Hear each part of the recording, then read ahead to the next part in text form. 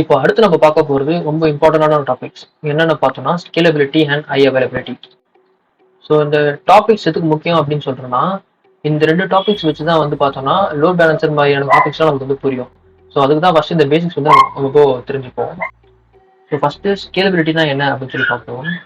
Scalability means an application or system can handle higher loads by adapting.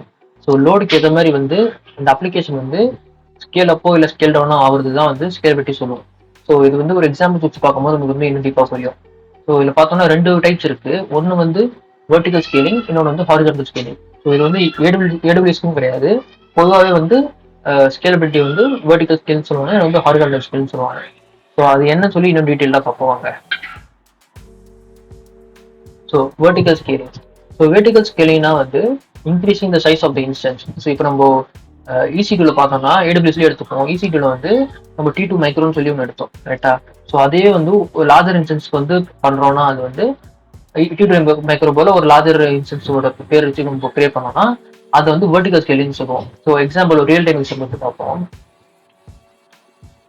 So let us assume we have a call centre company. ஒரு call centre company நம்ம வச்சிருப்போம் imagine பண்ணிப்போம். So first வந்து நம்ம இது மாதிரி ஒரு junior வந்து ஹையர் பண்ணோம், ஓகேங்களா? இவரால் வந்து ஒரு நாளுக்கு வந்து ஒரு 100 கால் தான் அட்டன் பண்ண முடியும். ஸோ நம்ம வந்து டேஸ் போக போக கஸ்டமர்ஸ் அதிகமாக இவரோட கெப்பாசிட்டி வந்து நம்மளுக்கு பத்தலை. இவரோட என்ன முடியுமோ அந்த திறமை வந்து நம்மளுக்கு பத்தலை. ஸோ அதனால நம்ம என்ன பண்றோம், இவரை ஸ்டார்ட் பண்ணிட்டு நம்ம வந்து ஒரு சீனியர் வந்து ஹையர் பண்றோம். இவரால் வந்து ஒரு நாளைக்கு வந்து 300 கால்ஸ் கிட்ட அட்டன் பண்ண முடியும்.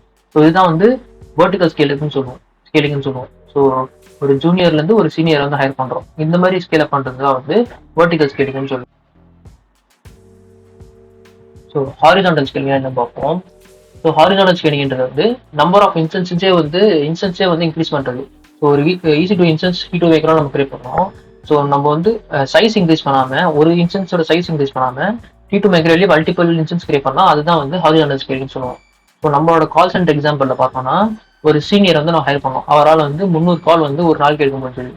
ஸோ அதுவே நம்மளுக்கு பத்துல நம்ம என்ன பண்ண போறோம், அதே மாதிரி சீனியர் பர்சன்லேயே வந்து ஒரு 8 பேர் ஹையர் பண்ணிடுறோம். ஸோ இதுதான் வந்து ஹாரிசான்டல் ஸ்கேலிங்னு சொல்லுவாங்க.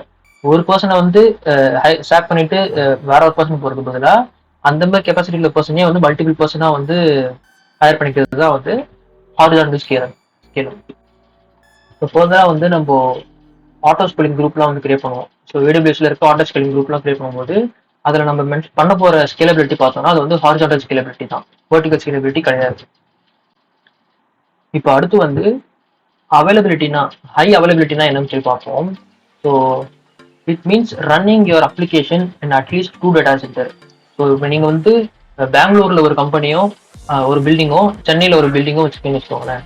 ஸோ ஏதாச்சும் ஒரு பில்டிங் வந்து டேட்டா லாஸ் ஹேப்பன் ஆனாலுமே நம்ம வந்து இன்னொரு பில்டிங் யூஸ் பண்ணிட்டு அதை வந்து நம்ம ஹேண்டில் பண்ணிக்கலாம். ஸோ இதுதான் வந்து ஹை அவைலபிலிட்டின்னு சொல்லுவோம். ஸோ AWSல பார்த்தோம்னா அவைலபிலிட்டி ஜோன்ஸ்னு ஒன்று இருக்கு. ஸோ நம்ம மும்பையிலேயே எடுத்துட்டு பார்த்தோம்னா AWS சென்டர் வந்து மும்பையில தான் ஒன்று இருக்கு, ஓகேங்களா? அதில் பார்த்தோம்னா குறிப்பிட்ட டிஸ்டன்ஸ்ல வந்து 2-3 பில்டிங்ஸ் இருக்கும். ஸோ ஏதாச்சும் ஒரு டேட்டா சென்டர்ல வந்து ஏதாச்சும் டேட்டா லாஸ் நடந்தாலுமே வந்து மிச்சம் இருக்க 2 டேட்டா சென்டர் வந்து அதை வந்து ஹேண்டில் பண்ணிக்கும். ஸோ அதுதான் வந்து ஹை அவைலபிலிட்டின்னு சொல்லுவாங்க. ஸோ இதோட அல்டிமேட் எய்ம் என்னன்னு பார்த்தோம்னா டேட்டா சென்டர் லாஸை வந்து ப்ரிவென்ட் பண்றது தான் வந்து இதோட அல்டிமேட் எய்ம். ஸோ இதுதான் high availability and scalability. So இதுல என்ன டவுட் இருந்ததுன்னா கமெண்ட்ஸ்ல சொல்லுங்க, முடிஞ்ச அளவுக்கு கிளியர் பண்ண ட்ரை பண்றேன்.